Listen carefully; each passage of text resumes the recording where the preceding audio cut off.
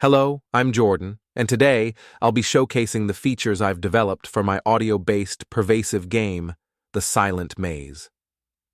This game was created in Unity using C#, and all scripts and assets have been developed by me, except for the audio recognition library. In this project, I implemented Enemy AI Audio-Based Interaction User Interface, UI, various supporting scripts. Section 1. Audio-based interaction. Part 1. The base system. This was one of my favorite features to develop because there were multiple ways to approach it. Since I planned to incorporate language recognition later on, I knew I had to start by implementing microphone functionality as a foundation. By creating a script to process microphone input and analyze decibel levels, I was then able to design a dynamically adjustable trigger sphere.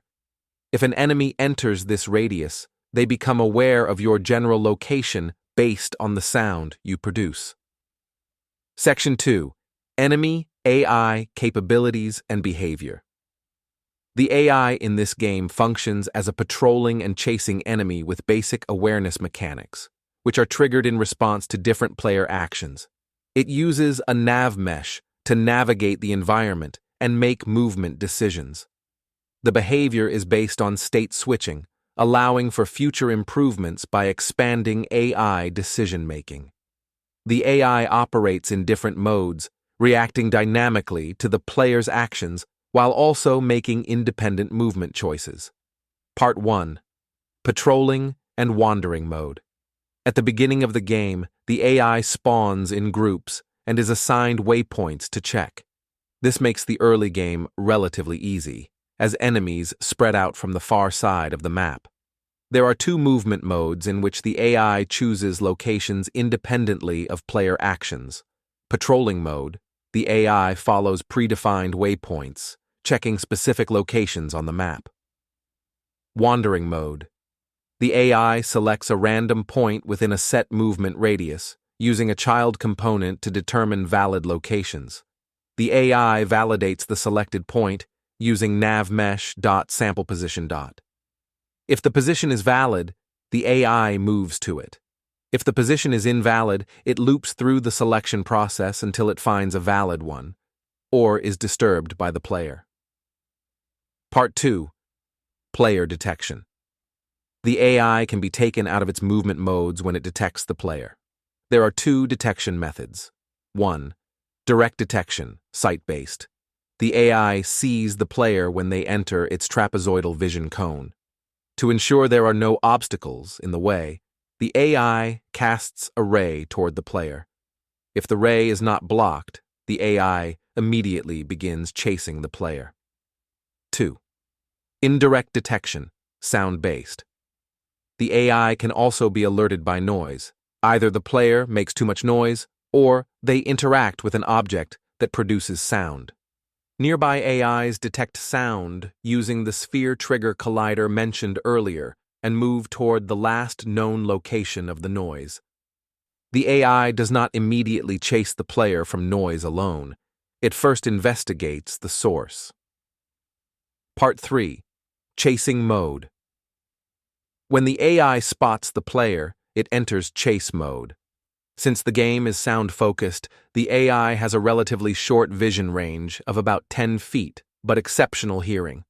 The player produces sound constantly and additional sound when running, making stealth difficult. If the AI loses sight of the player, it moves to the player's last seen or heard location. It waits for 4 seconds, listening for further noise.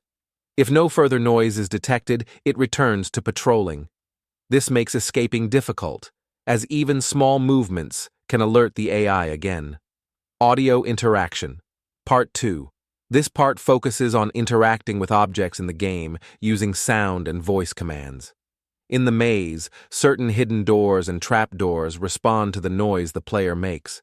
They expand and contract along their axis, almost like they're breathing in response to the sound. This movement helps the player spot hidden passages. But sound isn't just for finding doors. It's a tool. With the key script, players can use voice commands to manipulate objects. There are three main commands. Freeze locks an object in its current state. If a door is closing, it stays closed. If it's opening, it stays open. Use it to escape the AI, as it prevents doors from reopening and disables trapdoors. Perfect for trapping enemies or blocking a path behind you. Open forces an object to open. Works on doors, but be careful with trapdoors. They open automatically when stepped on. Used in combination with freeze to create traps for the AI. Appear summons spikes from certain doors. These spikes block open doors for a few seconds, allowing safe passage 3 times. After 3 uses, there's a 33% chance the spikes will impale the player if appear was not used. But that's not all. The final audio interaction involves artifacts. Artifacts are hidden in 3 locations within the maze. When a player picks one up, a new artifact spawns at one of the remaining locations. The player earns 500 points. An orb appears. Orbs are dangerous. They generate loud noise, attracting AI from multiple directions. If an orb spawns, expect a chase. This system makes sound a double-edged sword. You need it to interact, but every noise you make could be your last. Section 3. Various supporting scripts and future work. This game runs on a lot of supporting scripts, handling everything from basic movement, death, and scoring to noise mechanics, flashlights, and UI elements. One example is the resolution setting script, which automatically detects and lists all resolutions your computer supports.